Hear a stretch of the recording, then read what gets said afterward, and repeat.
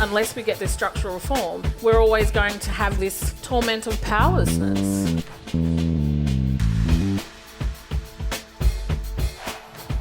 I do really think resilience is a muscle, and if you work it, it gets stronger, and I gave that muscle a fairly good workout.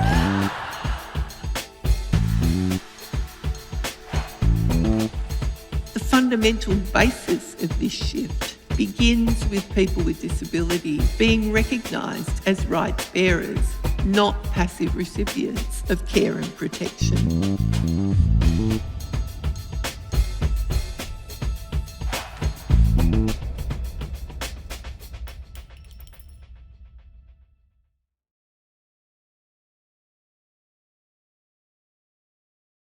Good evening. I'm Anne Mossop from the UNSW Centre for Ideas, and I'm very happy to welcome you to this event in our International Conversation series, where writers and thinkers from around the world are in conversation with UNSW researchers about inspiration and ideas.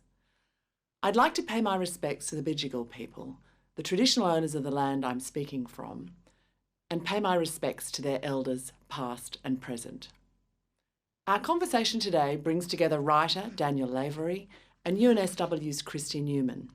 They're going to be talking about Daniel's recent book, Something That May Shock and Discredit You, and they'll be exploring how courage and humour might teach us to be more honest about the ambiguities and awkwardnesses of our intimate lives. Our host tonight is Christy Newman, whose pronouns are they, them. Christy is Professor of Health, Sexuality and Gender at the UNSW Centre for Social Research in Health, an Associate Dean, Impact and Engagement in the Faculty of Arts, Design and Architecture. Thank you, Christy.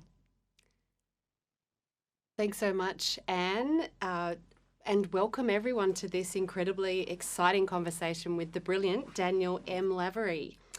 You can engage with this conversation online using the hashtag UNSW Ideas. And it is my very great pleasure to introduce you all now to Daniel. So we've just heard Daniel M. Lavery is the author of Something That May Shock and Discredit You, this wonderful book, which we'll be talking about today, but also the book's text from Jane Eyre and The Merry Spinster. He is a co-founder of The Toast and a former Dear Prudence at Slate, and he runs the Shatner newsletter and lives in New York. Thank you, Daniel, so much for making this time work across our different continents. Now, I'm just also recognising that I'm on unceded Bidjigal land here today in Warrang or Sydney, and I live on Gadigal land. But I was also raised on Wajak Budja or Noa country in Western Australia. Tell us where you're joining us from today, and also I'd love to know, how are your dogs doing today? I am joining you from my apartment in New York, and you got to see one of the boys earlier. Sorry to everyone that you don't get to see them now. They're both passed out on the rug, exhausted from doing nothing all afternoon. So they're about as contented as they can be. Excellent. And if anyone else would like to see why I'm so enamoured with Daniel's dogs, you can find him as Daniel M. Lavery on Instagram, and you will not regret the choice. So let's start the conversation. I've been anticipating this with much excitement, and a bit hard to know where to start because you've done so many things, and also you mean many different things to different people. And I was really struck by that actually in talking to friends and colleagues about this conversation. People would literally fall over sometimes in hearing about this with excitement. Your wife, Grace Lavery, recently described of you in her recent memoir, "He is well known and very beloved." And indeed, this was the impression that I had confirmed when I was speaking to people. I discovered that most of the people in my circle who follow your work have done so since you were co-founder and writer on The Toast, which was truly a website like no other, publishing, I've seen this quote, parodic reworkings of classic literature and art from 2013 to 2016.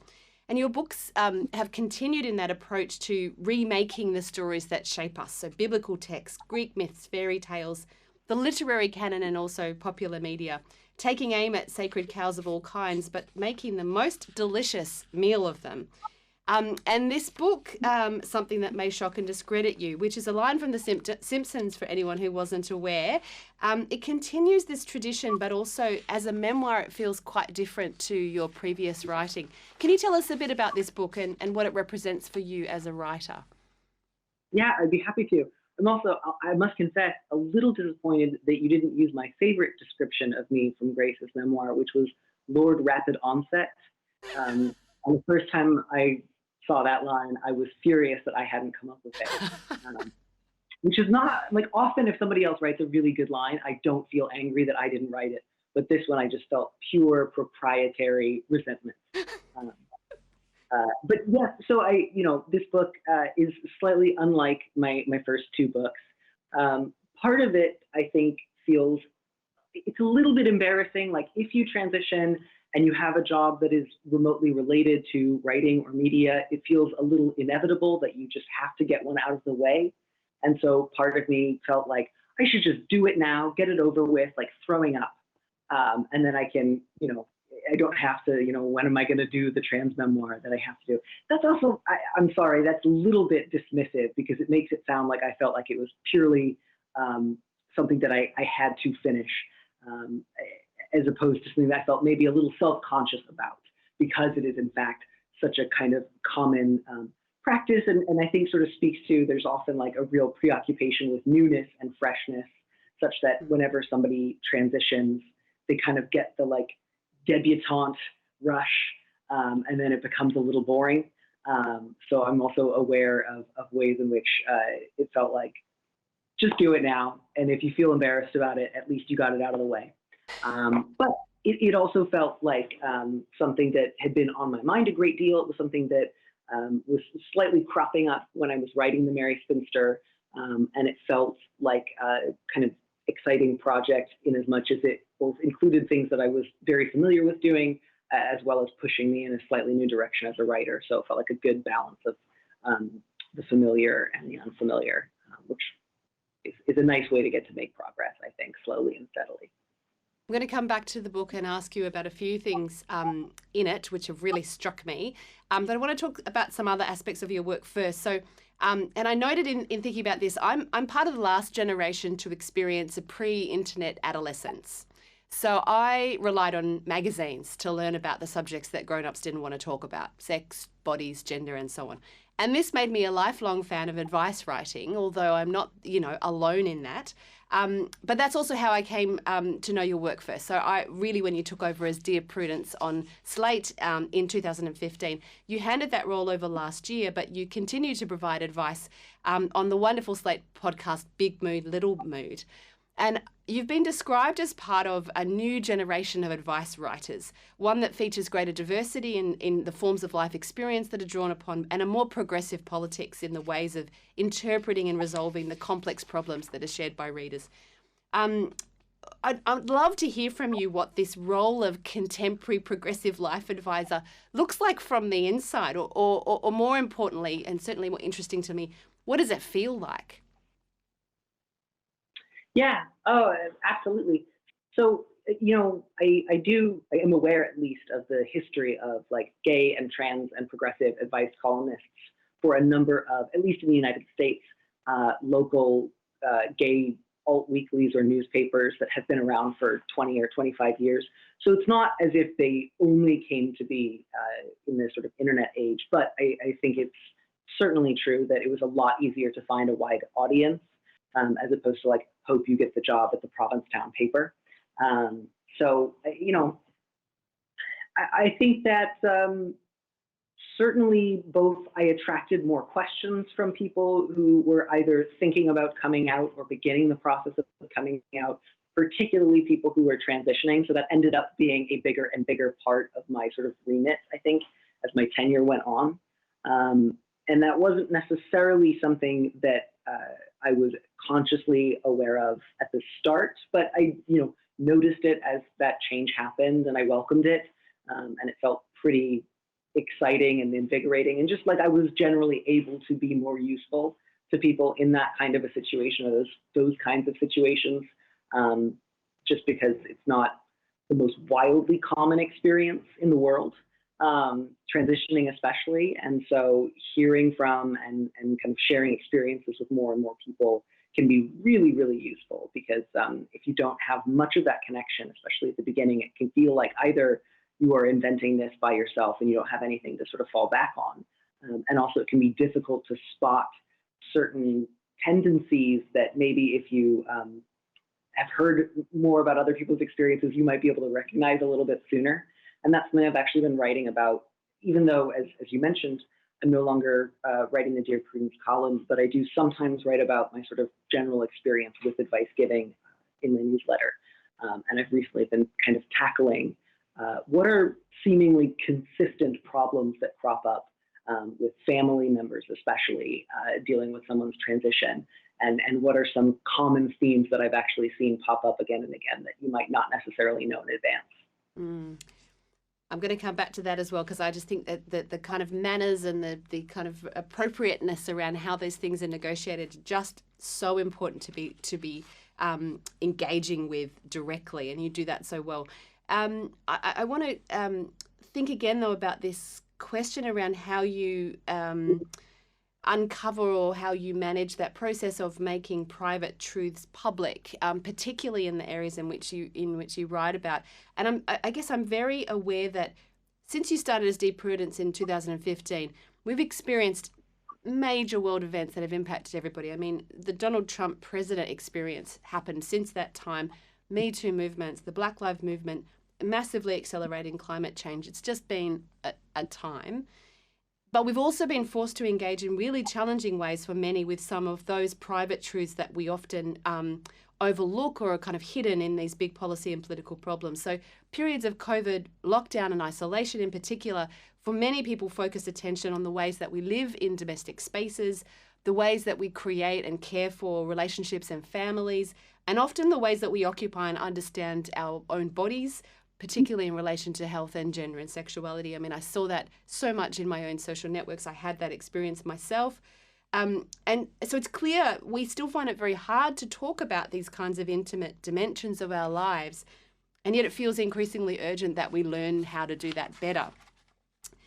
And I guess that, you've talked about your this book as something that it felt like it needed to happen. It kind of had a history to it, but also it was published at a time of escalating political media and community attacks on the rights of trans people and often the physical safety of trans people in America and around the world, including in Australia, which is a brave decision in lots of ways. And I'm really interested in what that experience has been like for you. But also there's a section in your book which really hit very deep for me where you said, because I've thought about this myself a lot, being a grown-up is a joy that has never lost its shine. And I'd love to know how you stay connected to that joy, particularly when so many adults are being so mean right now, including to trans people. Yeah. Well, I will say, unfortunately, sometimes, carefully curated meanness is one of the great joys of being an adult. So I don't want to completely take meanness off the table, although it does feel important to separate meanness from cruelty in that sort of context. Yeah, I can't remember now exactly which chapter that line is in, but I do remember writing that. And I think it had come to me particularly after I had written a sort of goofy piece that was just like a frequent, bad daydream I have, which is that like I wake up and I'm in 8th grade again. And it's just like, you're not in your 30s. You don't live in an apartment. You have to get up at 6:30 and you have to go to school, and every 45 minutes a bell will shriek and then you have to move all your stuff, and that's your life. It's always difficult too to try to get at truths about my childhood or the idea of childhood, because obviously I have now spent more time reflecting on childhood as an adult than I ever did being a child. So there's this way that I can, uncover or think about my own memories and they'll feel familiar, but then I'll sort of stop and think, does this feel familiar because I've, arrived at the bottom layer of the memory, or does this feel familiar because I've remembered it in a particular way for 15 years, and now my memory of this memory is what feels truest to me? And obviously, that's a problem that everyone shares who thinks about the past. But without saying that I had an unusually unhappy childhood, I don't believe that I did. And I think there were even many elements about my childhood that were remarkably pleasant, even. I never felt anything other than, a pretty substantial eagerness to become an adult. And that one never paled for, I've never, that, you know, oftentimes we anticipate pleasure and find that it doesn't live up to the anticipation. This one lives up to it. I have never in my life felt anything other than relief at no longer being a child. And it's just, you know, again, I want to like put the brakes on because part of me wants to say, and that's just the sort of universal like queer or trans experience is just relief at breaking free of the fetters of childhood. And I'm always tempted to speak for the world when I'm actually just trying to speak for myself. So I do want to watch out for that. But there is also just so many ways in which being a child leaves you with very, very few options. And if the way that your childhood has been set up is itself not safe or fulfilling or wholesome or nurturing, you're kind of shit out of luck all the time. You can't drive, you can't leave. You know, there's that sort of like really popular image macro that goes around these days about like the share zone. You know, if something sucks, hit the bricks, just walk out, and it's like a skeleton walking away and listing all the things you can just leave. And, you know, I think one of the things that's hardest about childhood is you can't really go away. There's very few options for saying, this sucks, I'm out of here, I'm going to leave early. You can't Irish exit as long as you're alive, or there are very few ways to do so. And especially when the sort of stewards of your childhood, whether that be parents or guardians or other authority figures, are you know, operating according to a value system that you don't share, it doesn't matter. You're the child, your values don't win. And that was something that I always felt sort of infuriating. Thank you for explaining that. Gosh, I relate in so many ways.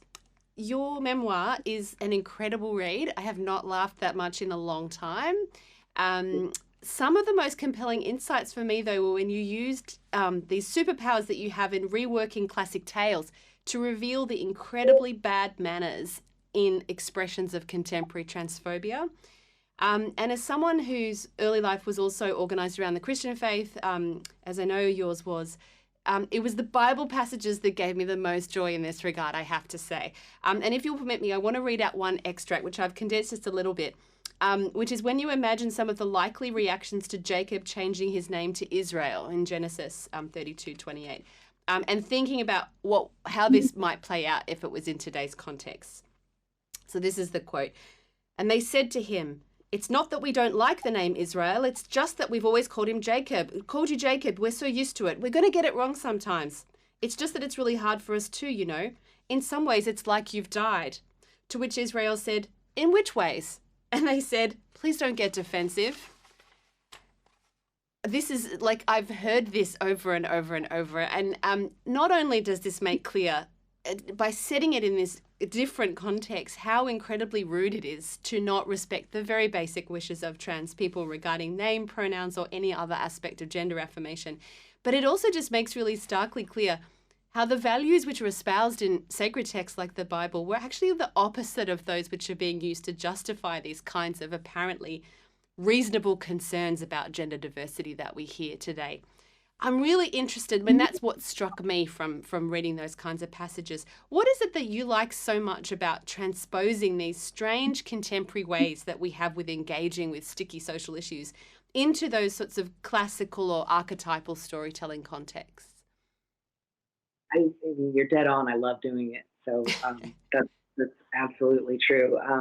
You know, some of it, of course, is they're the stories that I'm the most familiar with. I've known them the longest, so they come to mind most easily. And at least in the story of Jacob, that one felt to me so, it leapt off the page. You know, it's an abrupt, confusing story that involves, you know, sudden physical changes, sudden name changes, strange, brief encounters with relatives that don't make a great deal of sense, and, you know, slightly underexplained transformation.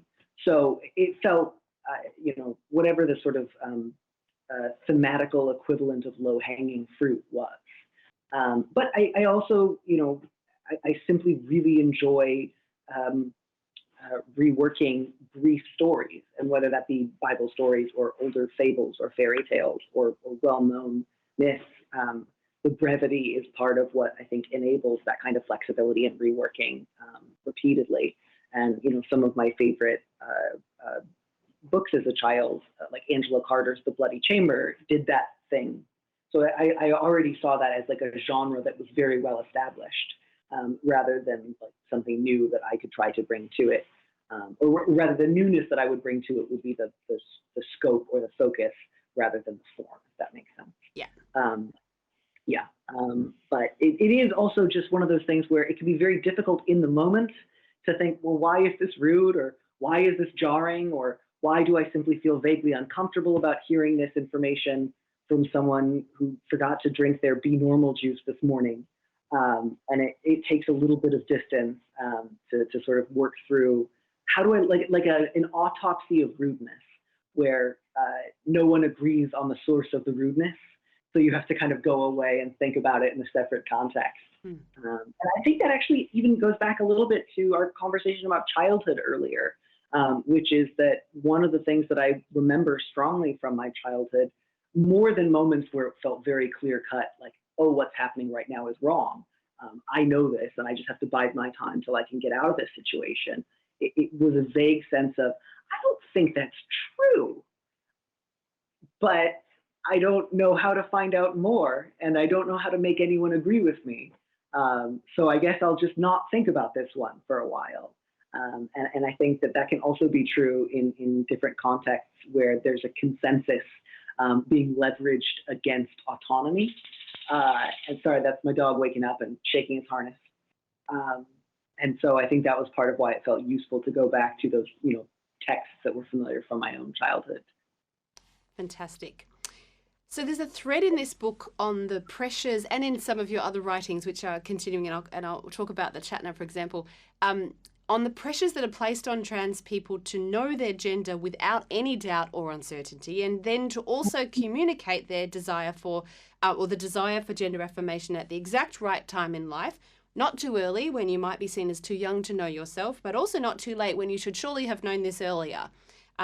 And the last a post in your subscription newsletter, the Shatner, which I highly recommend everybody sign up to, was called On Transitioning Like You're Opening a Candy Bar in a Crowded Movie Theatre with a Really Loud Rapper.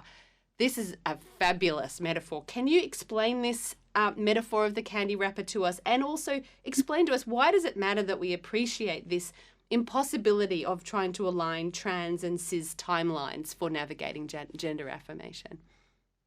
I love it. This is such a beautiful softball because I get to explain something that almost everyone listening will already be pretty familiar with. So I can't lose here. Many of you have probably been to movie theaters at some point, and either you or someone else has started to unwrap either a candy bar or a granola bar or sometimes a protein bar.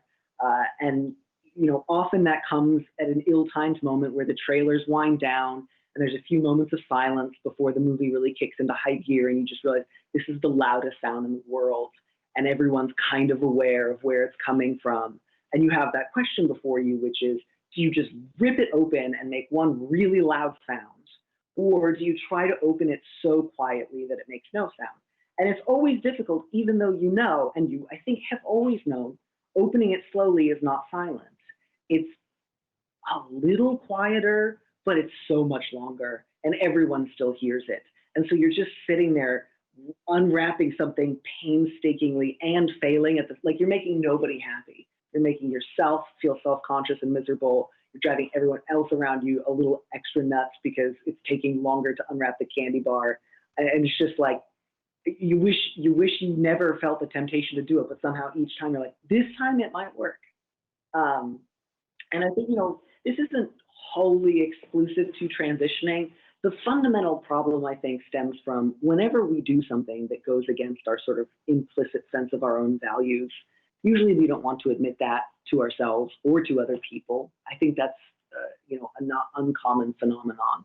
And so while there are certainly plenty of people, plenty of families in the world who, if someone says something like, I'm going to transition, or I'm thinking about transitioning, or I've started transitioning, they'll at least give you the gift of clarity and say something like, never speak to me again, or I don't accept this, or no, or if you transition, I won't care for you anymore.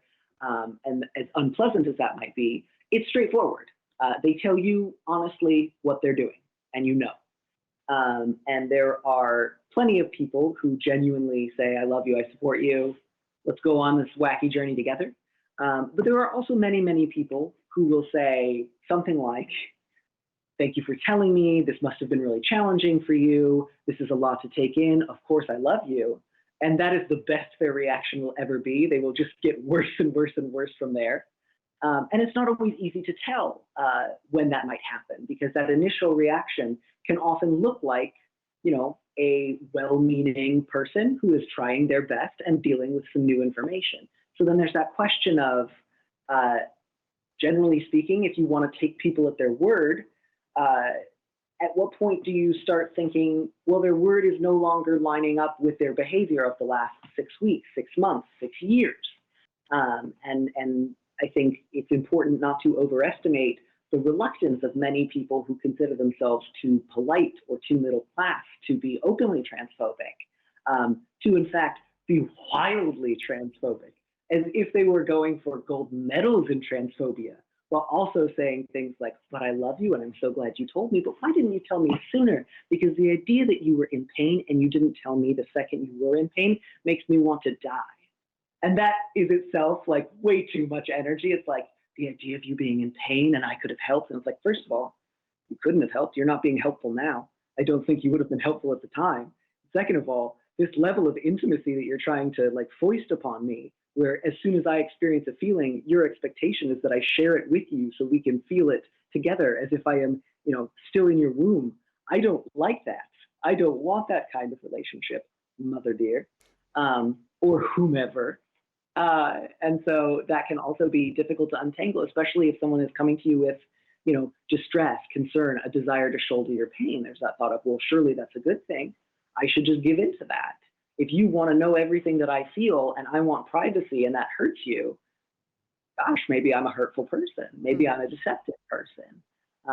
If I want time to process things on my own or make my own decisions without, calling you over first. So I sometimes, I want to try to save people time if I can, which is not to say the goal is then to rush everyone through an assembly line version of transition, or say, don't go at your own pace, do everything everywhere all at once.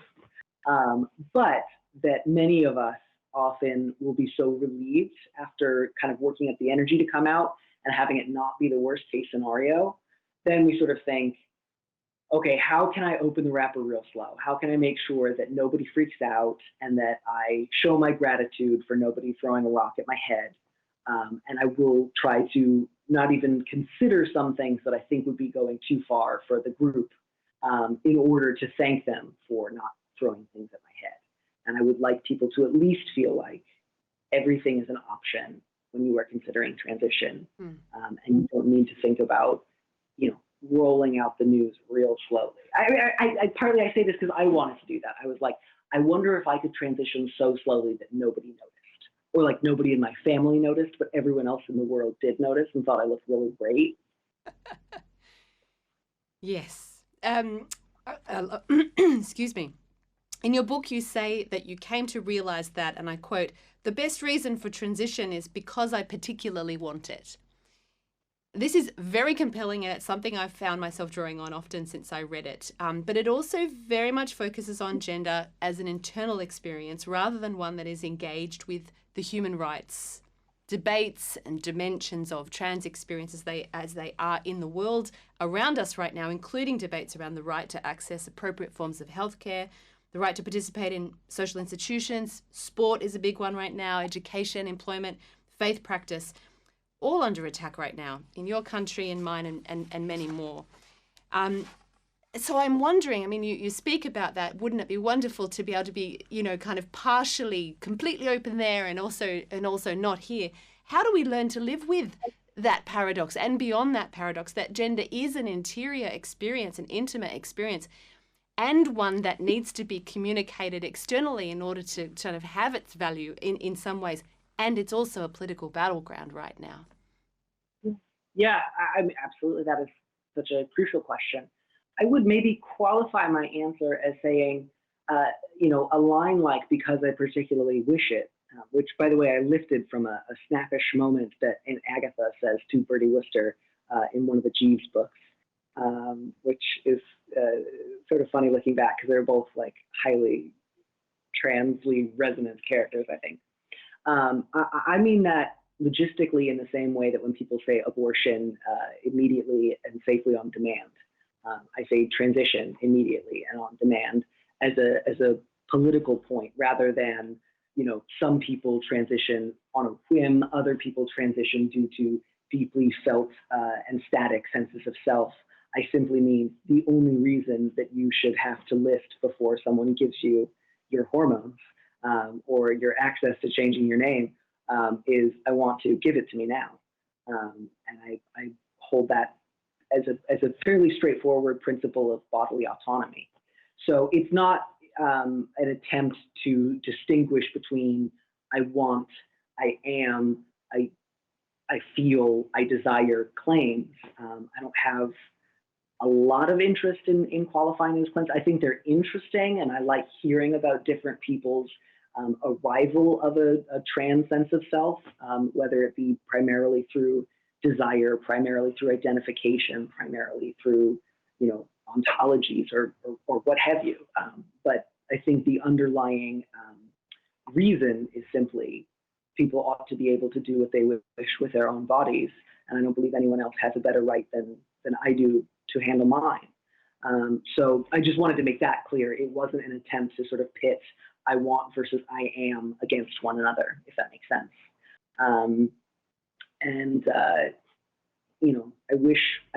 I want that to be freely available. I think sometimes,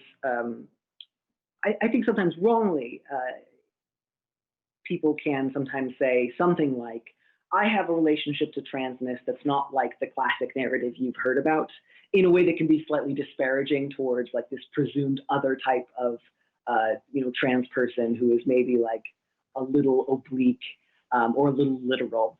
And I don't mean that that's intentional. I've probably done that in my own life more times than I would like to admit. And I really think that because access to transition has always been so highly, facilitated and gatekept by a variety of different types of authority figures, it makes a lot of sense to me that trans people have come up with consistent stories to get what we need.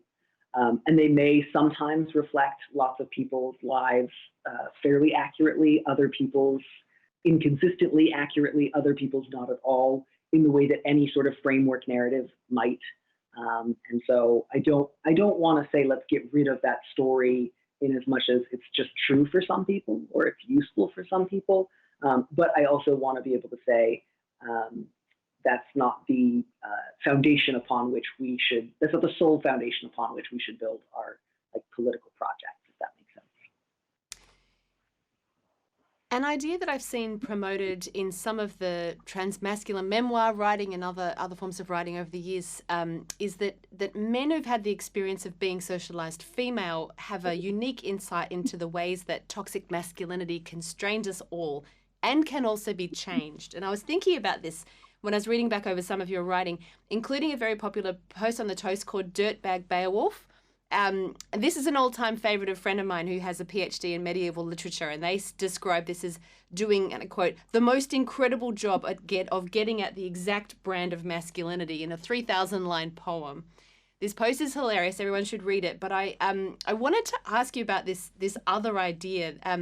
I find it tricky to assume that just because a person with trans experience might gain a unique insight into the ways that heteropatriarchy functions, that they therefore have also some kind of moral duty in helping to lead the work of dismantling it. What are your thoughts on that? Does the insight of trans experience imply a responsibility to make change? Or is it okay to simply enjoy that experience? Like, as you said in your memoir, the euphoria that can hit you in doing the small everyday things like putting away the dishes. I bless you for wording all of this so diplomatically, because I feel like you surely must know that the phrase female socialization is one of my pet bugbears. And that I have also, I believe, in the not too distant past, written a piece something along the lines of, I'm sorry, I can't, I have female socialization, which I always deliver in the same line as like Berger from Sex and the City with the Post-it, I'm sorry, I can't, don't hate me. I think, gosh, let me gauge my own like whimsicalness right now. So I also want to, this is, I think, worthwhile and interesting. I don't want to just go off half-cocked because I thought of something funny. I think that there are a wide variety of experiences that people have with socialization. I think socialization is something that happens all the time. I think it is not something that stops or starts. I think if anything, it sometimes reminds me the way that I see phrases like male or female socialization used. It feels a little bit like the Evo psych boom of like 10 years ago, but like brought into the level of the individual, like this idea that at some point in the distant past, some group of human ancestors lived in the sort of like way that we were meant to. It's frankly religious, right? It's this idea of, you know, we've removed this idea of the supernatural from it, but there's a design by which human beings ought to live. And we've fallen away from it. We've committed the, original sin of cities or domesticating cows or something. And we need to get back to our pre-fallen state. And, that was a pretty stupid time to be living in, the Evo psych boom. And I also think that for all it can be worthwhile, true, important, meaningful to talk about the various experiences that people might have had with their socializations, and I use the plural there, as children or in faith communities or in their cultural or racial contexts or national contexts. I want anyone to feel lots of freedom to discuss their own experiences. I think it's, again, like just weirdly religious to think of like, oh, that one female socialization that all girl children get, that's the same everywhere, and that stops the day you turn 18 and you can never like, I mean, again, I don't want to say any of this meaning like never think about your past in a certain way, or if you want to transition, you're not allowed to say I used to be a girl if you want to. You also don't have to say it, but you can. I guess just I want to say that I often see something like male and female socialization used in order to shepherd trans people back into whatever categories they were assigned at birth, which, like, last time I checked, is not what the project of transitioning is, like, about. That's kind of not our thing. And it also just feels a little like, if female socialization is going to have, like, a really meaningful category, surely you have to say the people who supposedly got it and then later said, you know what I'm going to do? Change my name to Daniel and take testosterone and like live my life as a man. I think you can safely say it didn't take. So I sometimes find people say like, well, I'm a trans guy, but like due to my female socialization, if someone tries to argue with me, like I can't handle that and I'll fall apart. It's just like, well, you did overcome some of your female socialization. So maybe you could think about some of it differently now too. Anyways, that's my bugbear. I've been giving you a lot of very long answers, so I'm going to stop for now. I love the long answers. Please don't stop. We're heading, though, towards some of my final questions. And there's a bit of a trigger warning maybe for the audience around this last question, which, I love. We've got to fit something in here, right? I haven't given one for the rest of it, even though, we're discussing stuff which is new for a lot of people. This one, though, is about, I guess, the relationship between faith and family and accountability. So I mentioned that I also grew up in a Christian family, and I think that's, it really is one of the reasons why I've resonated so much with the writings that you have produced over the last few years, but also have been quite affected by watching some of the developments in your own life in the last few years. I just want to quote one thing that I love from your book, the title of chapter 1. When you were younger and you got home early and you were the first one home and no one else was out on the street, did you ever worry that the rapture had happened without you? I did. And yes, I read that. I had to put the book down. Yes, I wrote all those chapter titles like I was writing My Chemical Romance song titles, and I don't regret that. I love it. So long. But, growing up in a Christian community also made me very conscious from a young age of the variable ways in which the principles of that faith were put into practice by the people around me, the adults around me. And a few years ago, you faced an incredibly difficult situation with your own family, who were people of great influence in the Californian evangelical community. When your younger brother disclosed his attraction to children to you, you also discovered that he had been advised to be following a self-guided program of a faith-based treatment for his pedophilia, which was encouraged by your father, who was the pastor of that church. And this included many opportunities to be alone with other people's children in that church, although never with your sister's son, your nephew, within the family. You informed the church's leadership of this information, and when they refused to conduct a thorough investigation, you went public, which is the time that I and many other people became aware of this. After which a third party stepped up to lead an investigation, and your father resigned as pastor of the church. Also after this, you were made aware of a credible accusation of rape against your father, which had occurred during a session of, and I've got these quotes from you, therapeutic pastoral care, allegedly designed to cure this woman's fear of men and intimacy. So in witnessing this from afar, and the outcomes are, I guess, a matter of public record now, so we don't have to kind of talk about the details. I was incredibly affected, as I know many were, by the clarity and courage that you and your wife, Grace, demonstrated through this process in insisting that the church, which was your family church, be held accountable for failing to manage this situation appropriately. The book, Something That May Shock and Discredit You, it has new meaning when we see this kind of, really profound developments happening in your own life. One of the devastating outcomes for you is that you've had no contact with any of your relatives since the end of 2019. So I've also been really haunted by this reminder that making a choice to commit to honesty and accountability can lead to profound loss in connection and stability, and a disruption to that sense of loyalty, which we are, which is built in us from the time we're born. And you spoke to this in a recent podcast when you were talking about in response to a reader's question. You were speaking about the loss of the relationship with your sister, with whom you'd been very close. And I'm going to quote your words here. You said, "I cannot choose closeness over honesty.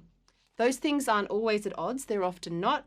But in a situation like this one, closeness without honesty is like being tied up and thrown in a river together. It's not the kind of closeness that feeds the soul."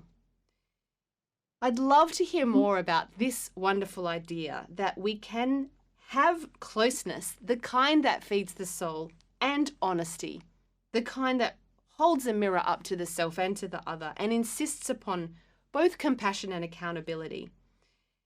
Are there things we can do, do you think, in our personal lives and in the social worlds in which we move to create the conditions for more of this, knowing how much fear we have about that potential loss of the people that we love? Yeah, absolutely. I do want to make one quick clarification of fact, which is that the young woman who has made the allegations of rape against my father, she was a child at the time.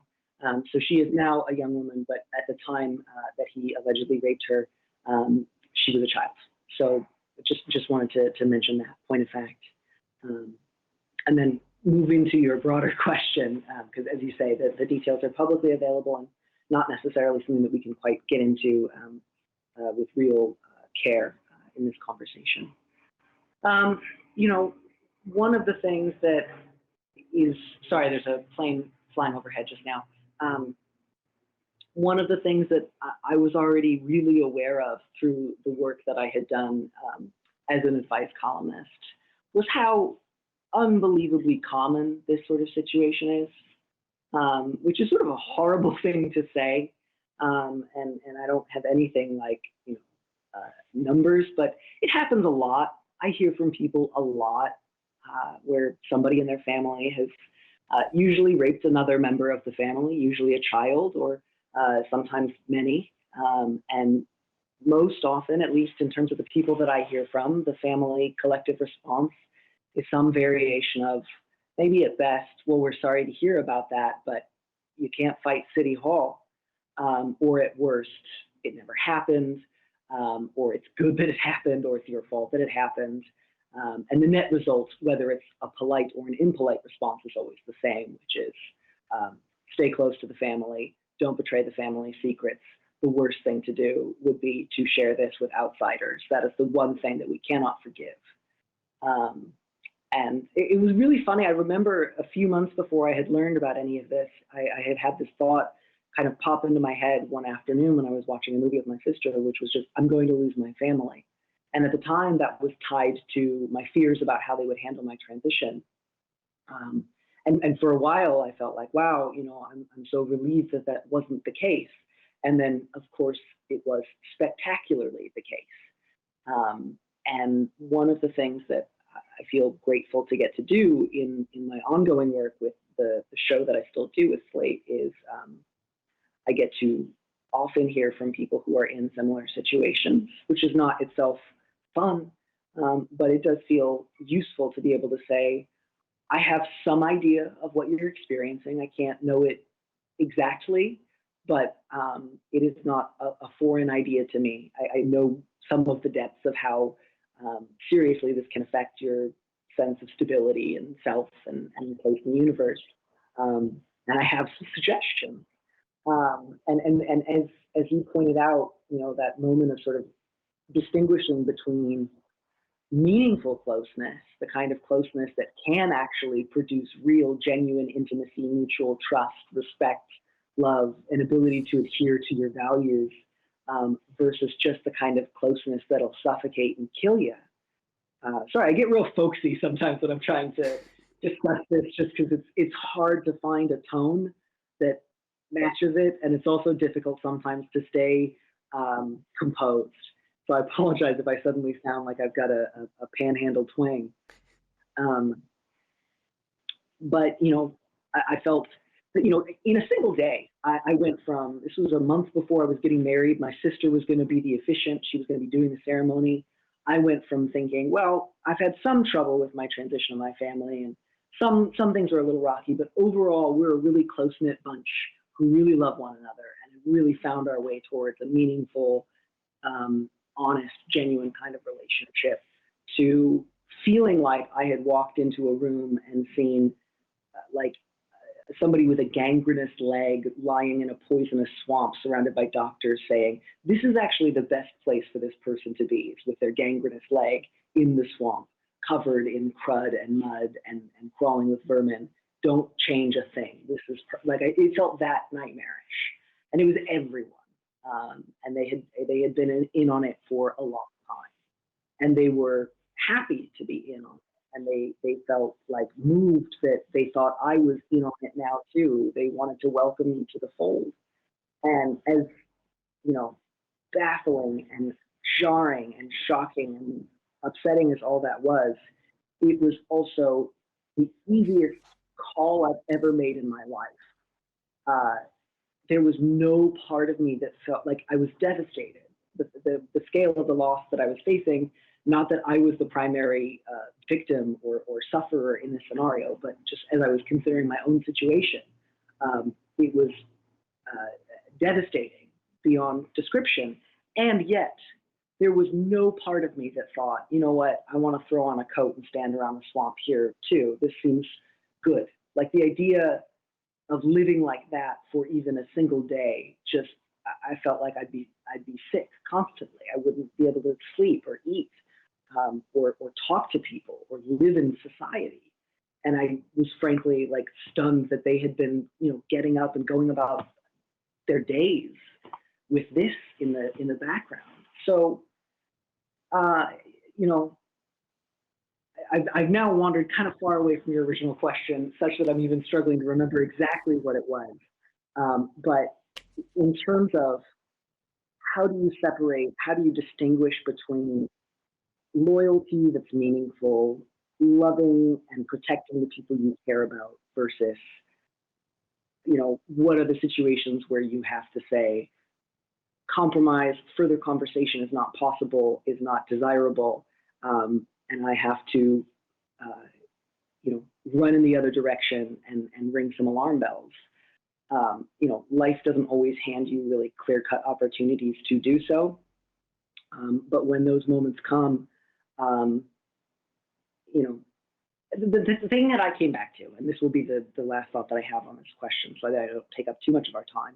What I came back to was, if this were anyone else in the world, if a regular parishioner of my father's had come to his office and said, I need to talk to you as my pastor, if he wasn't at the time a practicing clinician, but he had a PhD in, forgive me, I can't recall off the top of my head if it was psychology or psychiatry, but one of the two from Fuller Seminary.